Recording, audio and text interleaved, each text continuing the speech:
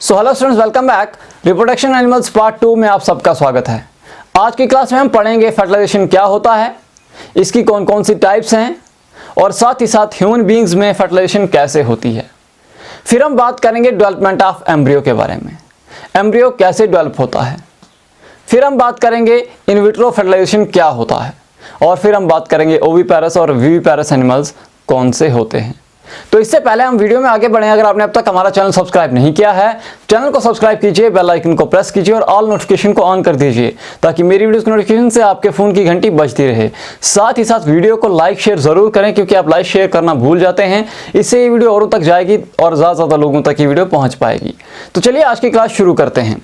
सबसे पहले चीज़ आज हम बात करेंगे फर्टिलाइजेशन क्या होता है। कल हमने पढ़ा था रिप्रोडक्शन क्या होता है, मेल रिप्रोडक्टिव सिस्टम क्या है, फीमेल रिप्रोडक्टिव सिस्टम क्या है। जिसने क्लास मिस की है लिंक दे दूंगा आई बटन में, डिस्क्रिप्शन बॉक्स में, आप जाकर देख लेना। आज हमने बात करनी है फर्टिलाइजेशन के बारे में। मैंने क्या बोला था कि रिप्रोडक्शन जो होती है ह्यूमन बीइंग्स के केस में, सबसे पहले मेल गैमेट बनता है मेल में, फीमेल गैमेट बनता है फीमेल में, फीमेल रिप्रोडक्टिव सिस्टम में, मेल रिप्रोडक्टिव सिस्टम में। जब इनमें गैमेट्स बन जाते हैं उसके बाद इनकी मेटिंग होती है मेल और फीमेल की, जहाँ पर दो पेरेंट्स होते हैं। ठीक है, जब मेटिंग होती है उसके बाद क्या होता है, उसके बाद ये जो गैमीट्स हैं ये फ्यूज़ करते हैं, मिलते हैं, जिसको हम फर्टिलाइजेशन कहते हैं। फिर उसके बाद एम्ब्रियो डेवलप करता है। तो आज हमने फर्टिलाइजेशन की बात करनी है। अब फर्टिलाइजेशन होता क्या है? फर्टिलाइजेशन होता है the process of fusion of male and female gamete to form zygote. Fusion of male gamete जिसको हम स्पर्म कहते हैं एंड फीमेल गैमीट जिसको हम ओवम और एग कहते हैं, to form zygote is called fertilization. Fertilization बस इतना ही है, मेल गैमीट और फीमेल गैमीट का फ्यूज करना, इसको हम कहते हैं फर्टिलाइजेशन। अब फर्टिलाइजेशन जो है ये दो तरह की होती है। फर्टिलाइजेशन जो है ये दो तरह की होती है। अगर फर्टिलाइजेशन इनसाइड बॉडी या फीमेल होती है, अगर फीमेल की बॉडी के अंदर होती है तो इसको हम कहते हैं internal fertilization. If process of fertilization takes place inside the body of female, it is termed as internal fertilization. For example human beings के केस में, यहां पर वुमेन के केस में फर्टिलाइजेशन क्या होती है? इंटरनल होती है ना। जैसे कैट है, डॉग है, काऊ है, ये सारे एनिमल्स जो हैं इनमें इंटरनल फर्टिलाइजेशन होती है। उसके बाद दूसरी तरह की जो फर्टिलाइजेशन है ये होती है एक्सटर्नल, यानी कि बॉडी के बाहर होती है। एक्सटर्नल पता ही लग रहा है, एक्सटर्नल मतलब बाहर। जैसे कि फिशेस हैं, जैसे कि फ्रॉग्स हैं, इनमें क्या होती है? इनमें फर्टिलाइजेशन बॉडी के बाहर होती है, एटमॉस्फेयर में होती है, मैं कहूँगा सराउंडिंग में होती है, इन्वायरमेंट में होती है। इस तरह की फर्टिलाइजेशन को हम क्या कहते हैं? इसको हम कहते हैं एक्सटर्नल फर्टिलाइजेशन। पता चल गया फर्टिलाइजेशन क्या है। फर्टिलाइजेशन का मतलब होता है fusion of male and female gamete. दो तरह की होती है, इंटरनल एंड एक्सटर्नल। अब ह्यूमन बीइंग्स के केस में फर्टिलाइजेशन कैसे होती है, यहां पर ये डायग्राम मैंने रिप्रेजेंट करने के लिए बनाई है कि ऐसे फर्टिलाइजेशन होती है। सबसे पहले इंटरकोर्स होता है। इंटरकोर्स का मतलब क्या है? मेटिंग या कपुलेशन भी इसको हम कहते हैं। इसमें मेल एंड फीमेल जो हैं वो एक दूसरे के नज़दीक आते हैं और यहाँ पर क्या होता है, स्पर्म्स जो हैं, मैंने आपको कल मेल रिप्रोडक्टिव सिस्टम बताया था, उसमें मैंने एक ऑर्गन बताया था पेनिस के बारे में। वो स्पर्म जो है वो ट्रांसफ़र करता है वेजाइना। वेजाइना जो है फीमेल रिप्रोडक्टिव ऑर्गन है, यहाँ पर मैंने लिखा हुआ है वेजाइना, ये फीमेल रिप्रोडक्टिव ऑर्गन है जो स्पर्म रिसीव करता है। ठीक है, जब स्पर्म जो है ट्रांसफ़र हो जाते हैं मेल रिप्रोडक्टिव सिस्टम से फीमेल रिप्रोडक्टिव सिस्टम में, वहाँ पर क्या होता है, जब स्पर्म यहाँ पर आ जाता है तो ये ट्रांसफ़र होता है यहाँ से वाया यूट्रस फैलोपियन ट्यूब तक, यानी कि ये यूट्रस से होते हुए फैलोपियन ट्यूब तक पहुँचता है। अगर वहाँ पर एग मौजूद है, मैच्योर एग जो है वो मौजूद है, तो यहाँ पर फर्टिलाइजेशन हो जाएगी, यहाँ पर फर्टिलाइजेशन हो जाएगी। उसके बाद जाइगोट बनता है। फर्टिलाइजेशन में क्या होता है, सबसे पहले स्पर्म जो है ये एक स्पर्म सेल के अंदर आता है। मेल रिप्रोडक्टिव सिस्टम जो है इसमें मिलियंस ऑफ स्पर्म बनते हैं। फीमेल रिप्रोडक्टिव सिस्टम में एक एग बनता है, लेकिन स्पर्म्स का काउंट जो है वो मिलियंस में होता है, मिलियन ट्रिलियंस में हम कहेंगे। तो बहुत सारे स्पर्म्स होते हैं, लेकिन एक स्पर्म जो है वो एग के अंदर एंटर करता है, बाकी स्पर्म एंटर नहीं कर पाते हैं, क्योंकि यहाँ पर एक रिएक्शन होती है, उसके बारे में अपने बाद में पढ़ना है, आज उसकी ज़रूरत नहीं है। सिर्फ अपने इतना याद रखना है कि एक स्पर्म जो है वो एग में एंटर करता है। और स्पर्म में 3 पार्ट्स होते हैं, मैंने बताया था कल। एक होता है हेड, नेक और टेल। हेड और नेक जो है वो एंटर करते हैं, टेल एंटर नहीं करती है, ठीक है, टेल बाहरी रहती है, हेड और नेक एंटर करते हैं। अब इसमें क्या होता है, यहां पर जब एंटर करता है तो सबसे पहले इनके न्यूक्लियस फ्यूज करते हैं, इनके जो न्यूक्लियस हैं वो फ्यूज करते हैं और एक न्यूक्लियस बनाते हैं। अब पहले एग सेल का न्यूक्लियस अलग था, इसका न्यूक्लियस अलग था, अब ये फ्यूज करते हैं तो एक न्यूक्लियस बनाते हैं, उसके बाद इनके साइटोप्लाज्म मिक्स हो जाते हैं। अब क्या होता है, जब एक न्यूक्लियस बन गया, इसका मतलब क्या हुआ, न्यूक्लियस में होता क्या है, न्यूक्लियस में होता है हमारा जेनेटिक मटेरियल, हमारा डीएनए। तो इसका मतलब क्या हुआ, यहाँ पर क्योंकि स्पर्म फादर से आता है तो स्पर्म का डीएनए भी है, यानी फादर का डीएनए भी है। एग मदर से आता है तो मदर का डीएनए भी है। तो नया जो इंडिविजुअल आएगा उसमें कैरेक्टर्स कैसे होंगे, कुछ फादर से होंगे, कुछ मदर से होंगे, यानी जो अच्छे कैरेक्टर हैं उनमें से वो डोमिनेंट होकर आगे आएंगे। मतलब जो बच्चा होगा उसमें कौन सा कैरेक्टर होंगे, कुछ मदर के होंगे, कुछ फादर के होंगे, ठीक है। तो ये चीज़ होती है ह्यूमन बींग्स के केस में। अब हम बात करते हैं कि जाइगोट के बाद डेवलपमेंट कैसे होती है बेबी। तो हम बात करते हैं development of embryo in case of human beings कैसे होता है इसके बारे में। मैंने आपको बताया कि सबसे पहले जब फर्टिलाइजेशन हो जाती है उसके बाद जाइगोट बनता है। अभी जब ये जाइगोट बन गया उसके बाद इसमें कंटिन्यूसली डिविजन्स होती हैं, रिपीटेड डिविजन्स होती हैं। जब ये रिपीटेड डिविजन्स होंगी उसके बाद क्या बनेगा, उसके बाद एक बॉल ऑफ सेल्स बनेगा। जब ये बॉल ऑफ सेल्स बन गया उसके बाद इसमें ग्रुपिंग शुरू होती है, सेल्स के अलग अलग ग्रुप्स बनना शुरू होते हैं। ये क्यों बनते हैं, क्योंकि हमारी बॉडी में डिफरेंट टिश्यूज़ हैं, डिफरेंट ऑर्गन्स हैं, तो उनको बनाने के लिए ये ग्रुपिंग्स होती है। इस स्ट्रक्चर को जिसमें ये ग्रुपिंग्स हो रही है इसको हम एम्ब्रियो कहते हैं। ये एम्ब्रियो इस स्टेज में यूट्रस वॉल में इम्बेड करता है, इम्प्लांट करता है, ठीक है।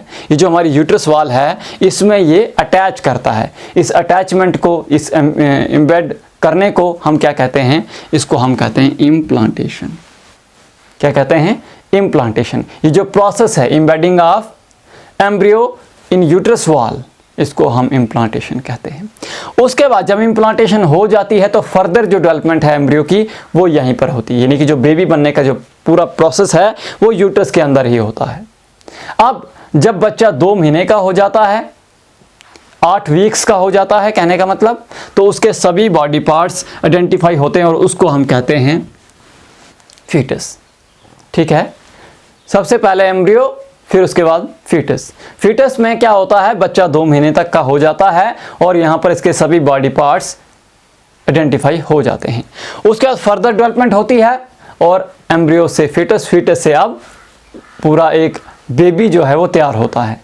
ये पूरा प्रोसेस यानी कि जाइगोट से बेबी बनने तक का और उसकी डिलीवरी होने तक इसमें 9 महीने लग जाते हैं ह्यूमन बीइंग्स के केस में।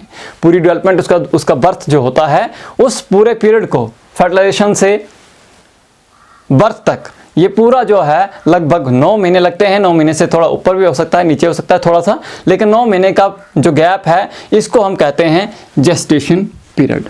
और उस फीमेल को, जो बच्चा, जिसके बॉडी के अंदर बच्चा, जिसके यूट्रस के अंदर बच्चा डेवलप कर रहा है, इसको हम कहते हैं प्रेग्नेंट, ठीक है। अब एक दूसरी चीज़ है in vitro fertilization, test tube babies. आपने शायद टेस्ट ट्यूब बेबीज़ टर्म सुनी हो, इन विट्रो फर्टिलाइजेशन शायद ना सुना हो।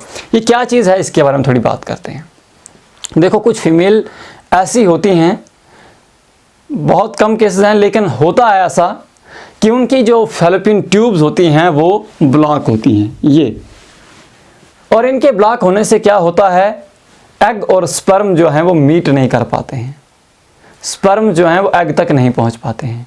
इससे क्या होता है, इससे फर्टिलाइजेशन नहीं होती है और वो फीमेल जो है वो बच्चा बियर नहीं कर पाती है। अब वहाँ पर क्या किया जाता है, वहाँ पर एग को अलग से निकाला जाता है, स्पर्म अलग से निकाला जाता है और वहाँ पर एक टेस्ट ट्यूब में इसकी फर्टिलाइजेशन करवाई जाती है। इसीलिए इन बेबीज़ को टेस्ट ट्यूब बेबीज़ भी कहा जाता है। क्यों? क्योंकि फर्टिलाइजेशन जो है वो टेस्ट ट्यूब में होती है। बच्चा टेस्ट ट्यूब में नहीं बनता है। अब बच्चा टेस्ट ट्यूब में डेवलप नहीं होता है, सिर्फ फर्टिलाइजेशन टेस्ट ट्यूब में होती है, इसीलिए इनको टेस्ट ट्यूब बेबीज़ भी कहा जाता है। अब यहाँ पर किया कैसे जाता है ये समझाता हूँ। सबसे पहले तो freshly released egg from ovary, जो फ्रेशली रिलीज्ड एग है उसको कलेक्ट किया जाता है बाय प्रोसेस ऑफ लेप्रोस्कोपी। ये एक तरह का ऑपरेशन होता है। इसमें क्या किया जाता है, एक छोटा सा कट लगाया जाता है लोअर एब्डोमेन में, वहाँ से एक ऑप्टिकल फाइबर, हम कहेंगे ऑप्टिकल ट्यूब जो है एंटर की जाती है। ऑप्टिकल सिरिंज जो एक स्पेशल सिरिंज होती है जिससे ये ओवरी से एग्स जो हैं उनको कलेक्ट करते हैं। उसके बाद ये एग और स्पर्म एक टेस्ट ट्यूब में डाले जाते हैं, मिक्स किया जाता है इनको फर्टिलाइजेशन होने के लिए। अब अगर फर्टिलाइजेशन हो जाती है तो 1 वीक तक एम्ब्रियो को वहीं डेवलप किया जाता है, यानी जो जाइगोट है उसकी डेवलपमेंट 1 वीक तक वहीं पे होती है। उसके बाद उस एम्ब्रियो को, डेवलपिंग एम्ब्रियो को यूट्रस वाल में इम्प्लांट किया जाता है फीमेल की वापस से। अगर इम्प्लांटेशन सक्सेसफुल हो जाती है तो नॉर्मल प्रेगनेंसी होती है, जैसे नॉर्मल डिलीवरी में होता है वैसे ही सब कुछ होता है, नॉर्मल प्रेगनेंसी होती है और उसके बाद बच्चा जन्म लेता है।